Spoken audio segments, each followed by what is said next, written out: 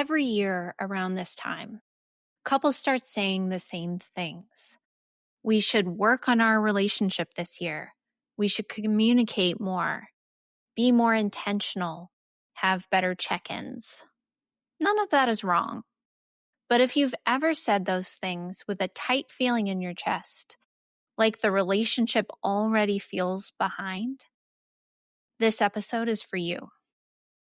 Because for many people, the problem isn't that the relationship matters too much. It's that the relationship has become the emotional center without feeling secure. And when that happens, everything inside the relationship starts to feel heavier than it should. I hear this from clients all the time. They're talking more than ever, processing everything, trying to be emotionally available and intentional. But instead of feeling closer, they feel worn down. Small misses feel bigger. Conflict lingers. Repair takes more effort than it used to. And underneath all of it is a quiet fear. If we stop paying attention for even a moment, things might fall apart. So here's the reframe I want to offer right from the start. Secure relationships can carry a lot. They can hold stress, conflict, misattunements, and long seasons of challenge. What makes a relationship exhausting isn't emotional centrality. It's emotional centrality without trust, safety, and reliable repair underneath it. When the foundation isn't secure, the relationship starts doing attachment work it isn't resourced to do. Communication increases, but relief doesn't. Not because you're doing it wrong, but because effort can't replace security. In this episode, we're going to talk about what your relationship actually needs. Not more effort, not less closeness, but more security, so the relationship can be central without being strained.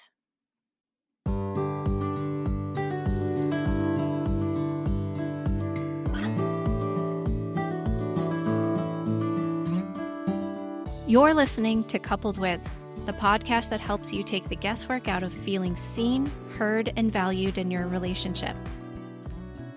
If you've ever felt stuck in the same arguments, struggled to stay connected, or wondered how to better communicate with your partner, you're in the right place. I'm Dr. Rachel Orlick, a couples therapist and coach, and together, we're going to make relationships make sense. Let's dive in.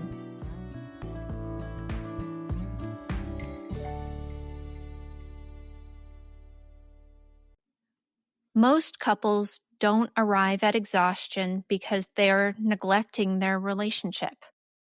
They arrive there because they care deeply and are trying to do things well. They prioritize the partnership. They talk things through. Over time, the relationship becomes the place where stress lands first and hardest. One client described it as feeling like their relationship was always under review. Every emotional shift had to be named. Every moment of distance needed an explanation. If something felt off, it required immediate attention.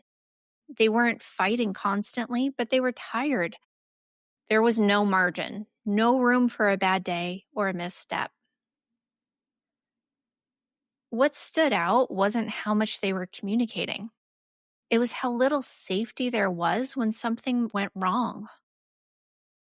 Mrs. didn't get the benefit of the doubt. Requests for space were interpreted as withdrawal, and requests for closeness were experienced as pressure. The relationship had become the emotional center, but it didn't feel sturdy enough to absorb normal strain.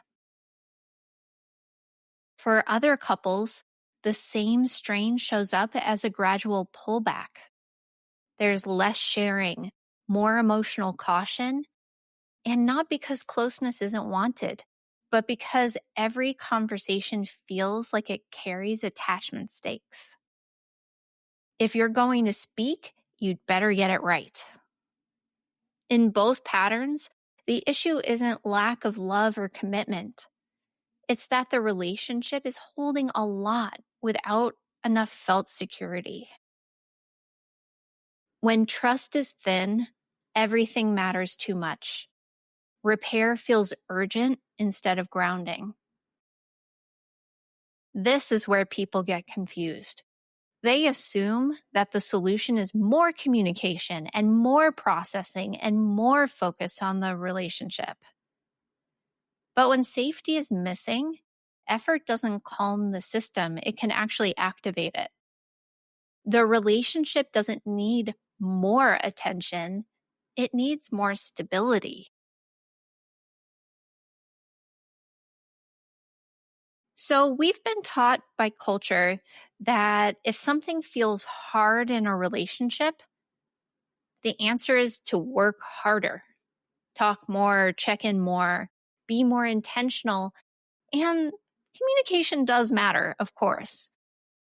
But communication without safety doesn't create closeness. It just creates fatigue. So here's the key misunderstanding. When a relationship is secure, it can be the emotional center of your life without collapsing under the pressure. Small misses aren't going to spiral, and distance doesn't automatically signal danger.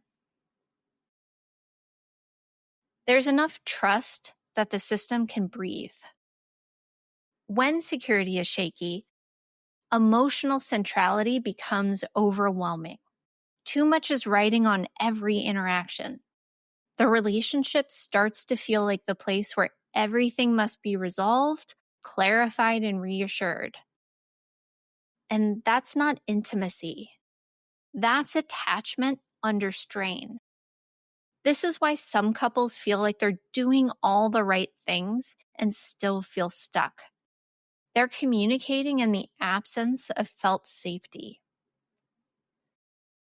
Needs for space or closeness aren't reliably respected.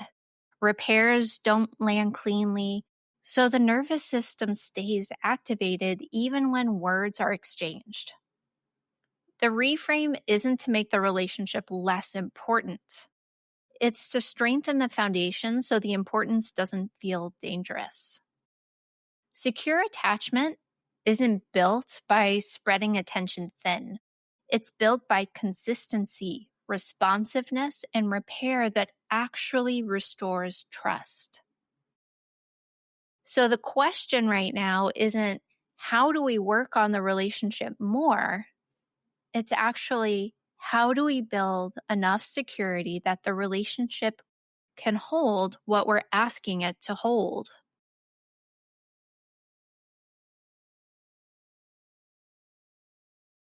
From a nervous system perspective, this distinction matters.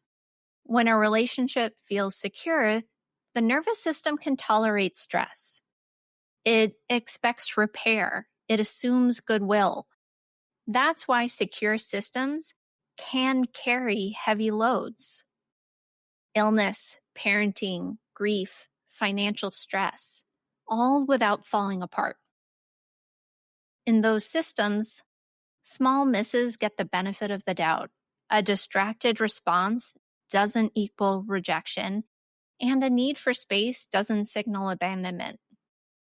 Trust is already doing that work. When security is lacking, the opposite tends to happen. The nervous system treats the relationship like a lifeline.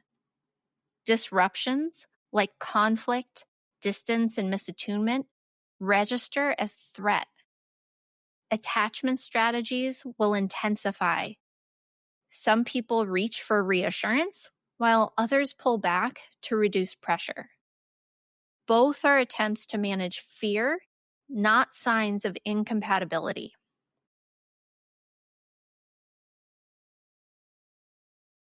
This is why communication alone doesn't fix it. You can say the right words and still feel unsafe. You can process endlessly and still feel unseen.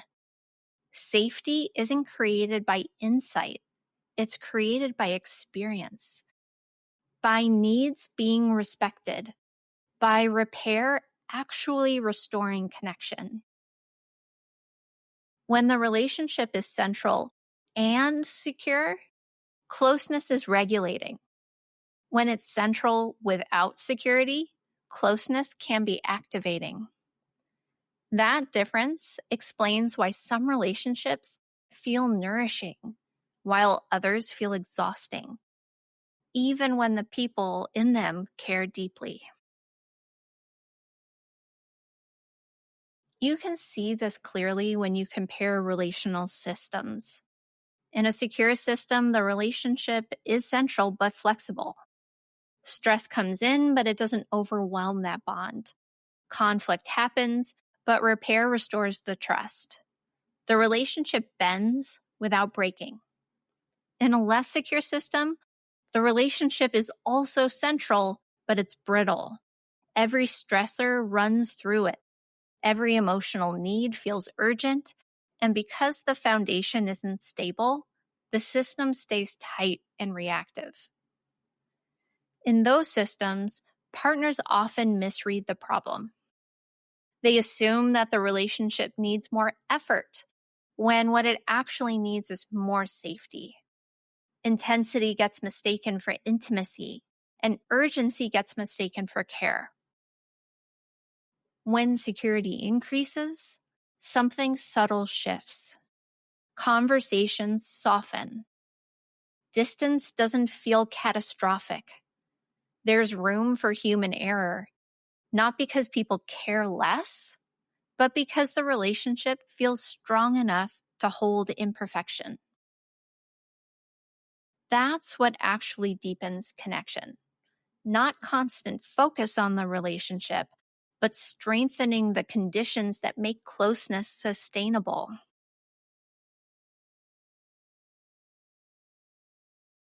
So, what does this mean practically? It doesn't mean pulling away or making the relationship less important. It means focusing on what builds security. That includes respecting needs for space and closeness, repairing in ways that actually land, letting actions, not just explanations, restore trust, and creating predictability where there's been uncertainty in the past. It also means working on yourself inside the relationship, building self-regulation so you're not relying on your partner to steady every emotional wave. It's not to detach from them, but to show up with them with more capacity. Secure relationships are built by individuals who can tolerate emotion without flooding or withdrawing. When people hear this, they often worry it will reduce intimacy. In reality, it does the opposite. When the nervous system feels safer, closeness stops feeling risky. Conversations stop feeling loaded. The relationship regains its role as a place of connection, not constant management. So if your relationship feels exhausting, don't ask how to care about it less. You need to ask how to make it safer.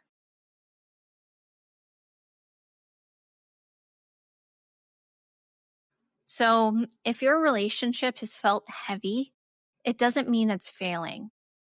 It may mean it's been asked to carry the emotional center without enough security underneath it. That would strain any bond. Secure relationships don't need less closeness. They can actually hold more because trust absorbs impact, repair restores safely, and both partners feel freer inside the bond. So as you think about what your relationship needs this year, consider this shift. Not more effort, not less importance, but more security. So closeness can feel grounding instead of exhausting. When the foundation is strong, the relationship doesn't have to work so hard to survive.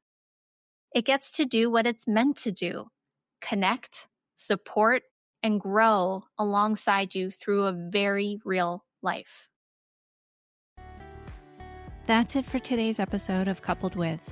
Thank you so much for spending this time with me. If this episode resonated with you, I'd love for you to hit subscribe so you never miss what's next. And if you found it helpful, please share it with a friend or leave a quick rating and review. It really helps more than you know. And if you're curious about how we might work together or want more resources to strengthen your relationship, head over to my website, www.drrachelorlick.com. You'll find free tools, podcast extras, and ways to go deeper. Thanks again for listening, and I'll see you next time.